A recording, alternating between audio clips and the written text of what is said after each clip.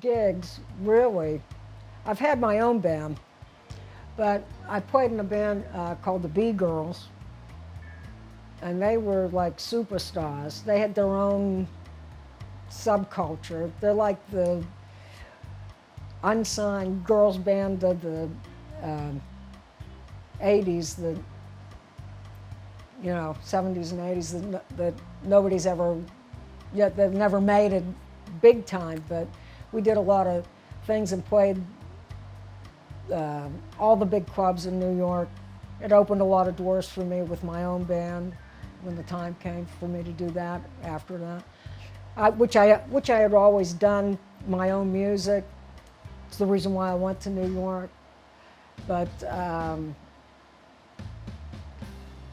took a gig with them, and it didn't last that long. It was only about a year, but it was very intense.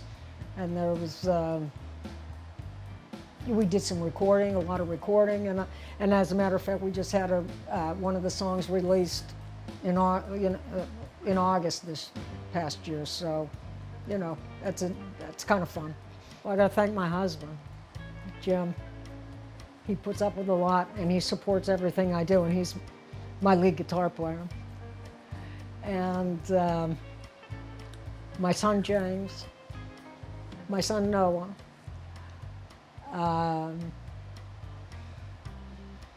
Cynthia and the B Girls, Xenia, those are Leah, and Dave Silva, he passed away. He played guitar on my first album. Dean and Mike, my producers. Dino produced my first solo album in New York City. And so we've come a long way, and we're still working together now, and it's just wonderful. And Harry Silver, all the musicians that I've played with, all who have worked with me. They've all been great. Peter Persicino, bass player. They all have given me their very best, and they're all talented to begin with, but to get the best performances out of all of them has really been special, and I feel very privileged and blessed to have. Yeah, and I had a band then. I had a gigging band in New York City. The band was very well rehearsed. We played the original songs together.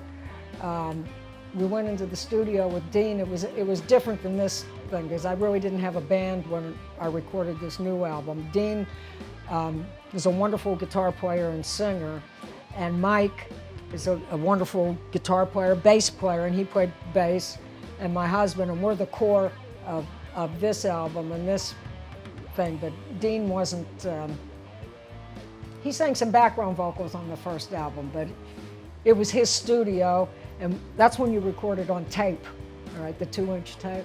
So he engineered it, it was his studio, and I had an angel.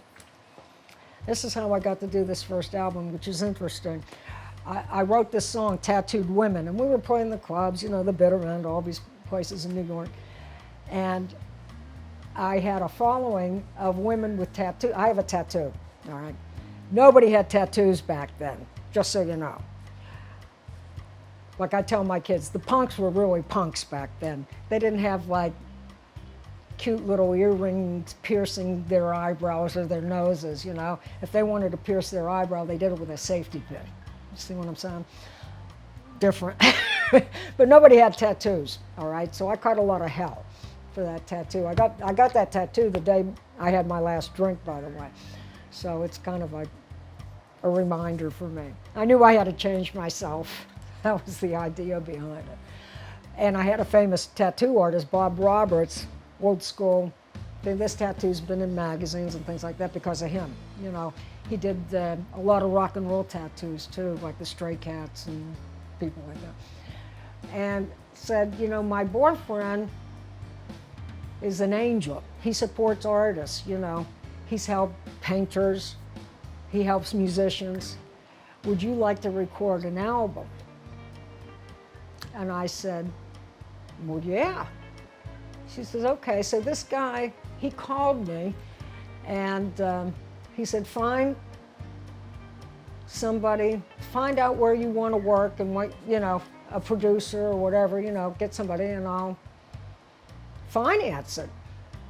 So it was really crazy. I was still drinking back then a little, I think. I don't even know if I was sober yet. Oh, I was sober when we recorded the album, but I don't even, you know, I was probably newly sober and still foggy, okay, coming out of that. So I don't remember it all so perfectly. I don't even know what this guy's name is, to tell you the truth. It's really bizarre. I pray for him, and I thank God for him because I've gotten so much joy from that first album.